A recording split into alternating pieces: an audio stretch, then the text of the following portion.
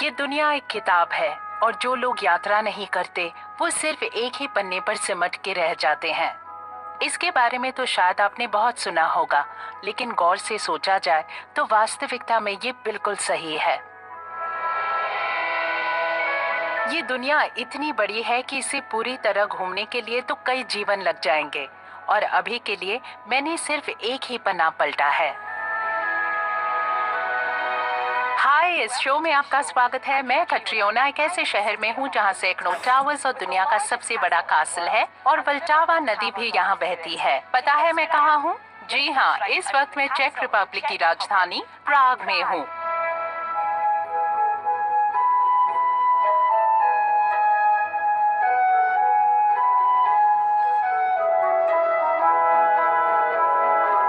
Patron observation tower patron हिल पर स्थित है, जहां से आप इस शहर का हर हिस्सा बड़ी आसानी से देख सकते हैं।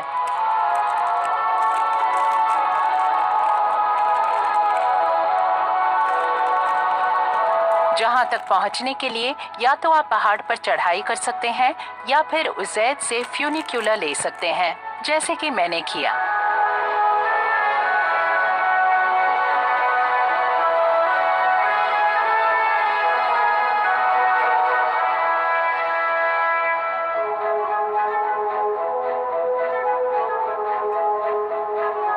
ऊपर से नजारा बहुत ही अद्भुत दिखता है।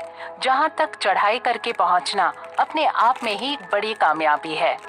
ये किसी परी कथा से कम नहीं है, जिसमें बहुत ही सुंदर सुंदर तस्वीरें होती हैं। भव्य टावर्स, खूबसूरत नदी, रंगीन घर और ये कासल। बस कमी है तो राजा और रानी की। इस नज़ारे ने मुझे इतना प्रेरित किया है कि मैं अभी सीधे ओल्ड टाउन का रुख करने जा रही हूँ। प्राग को 3 हिस्सों में बांटा गया है, ओल्ड टाउन, न्यू टाउन और लेसर टाउन। लेकिन इस सब के बारे में हम विस्तार से चर्चा करेंगे जब मैं उन जगहों पर जाऊंगी।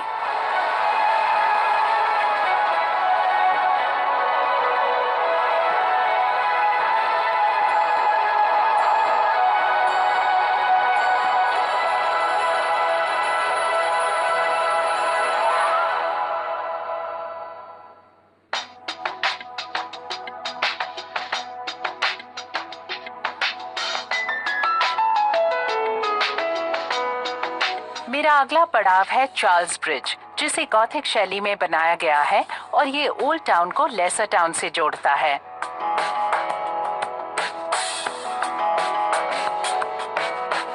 ये प्राग का सबसे पुराना पुल है, जिसे 1357 में बनाया गया था। दिन के समय यहाँ लोगों की काफी चहल पहल रहती है और इसे चलकर पार करने का अपना ही एक मजा है। पुल पर राजाओं के, संतों के और चेक के खास लोगों की खूबसूरत प्रतिमाएं लगी हुई हैं। लेकिन दुख बस इस बात का है कि इनमें से कोई भी असली नहीं है।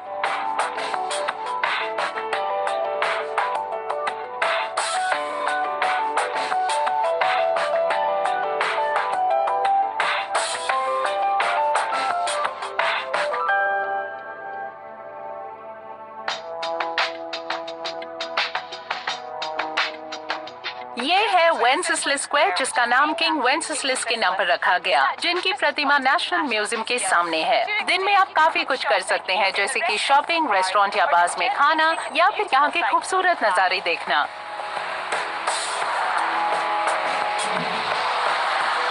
वास्तव में वेंसेस्लास स्क्वायर घोड़ों का बाजार हुआ करता था। ये जगह प्राग के इतिहास का केंद्र रहा, क्योंकि इसने फर्स्ट रिपब्लिक की घोषणा के अलावा सोवियत ऑक्यूपेशन का विरोध भी देखा।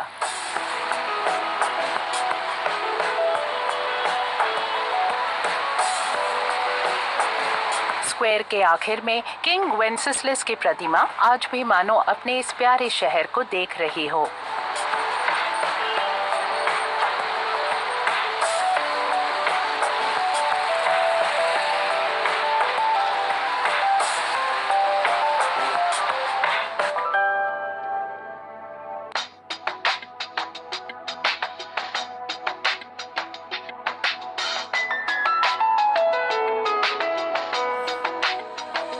प्राग कासल चेक शासकों का एक छोटा किला हुआ करता था, लेकिन धीरे धीरे ये दुनिया का सबसे बड़ा किला बन गया जहाँ सैकड़ों लोग रहने लगे। कई शासकों ने इस किले पर पिछले 1100 वर्षों तक राज किया और आज ये चेक रिपब्लिक के राष्ट्रपति का कार्यालय है। शायद उन्हें मिलने का मौका मिले।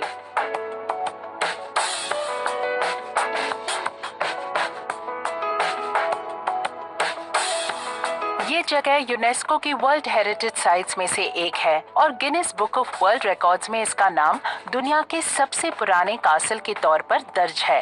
इस पूरे इलाके में शाही महल के साथ साथ सेंट वाइटस कैथेड्रल और गोल्डन लेन नाम की एक अनोखी जगह भी है। गोल्डन लेन दरअसल महल के पीछे की एक संकरी सड़क है जिसके अगल बगल रंगीन घर हैं। पुराने समय में इन घरों का इस्तेमाल महल के काम करने वाले नौकर और कारीगर किया करते थे। उसके बाद ये प्राग के कुछ बुद्धिजीवियों का ठिकाना भी बना, लेकिन आज यहाँ पर बुक शॉप्स और सुवेनियर शॉप्स हैं।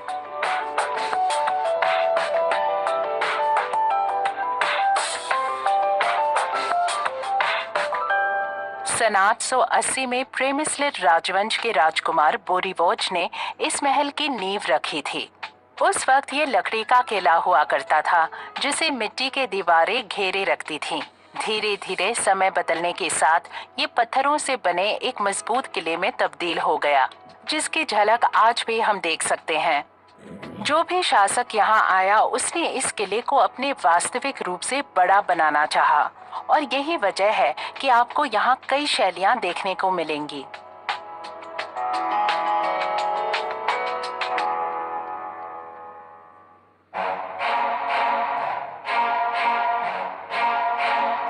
ये सेंट वाइटस का गिरजाघर है जिसे चेक रिपब्लिक के संरक्षक सेंट वेंसेस्लास ने बनाया था और उन्हें यहीं दफनाया गया था।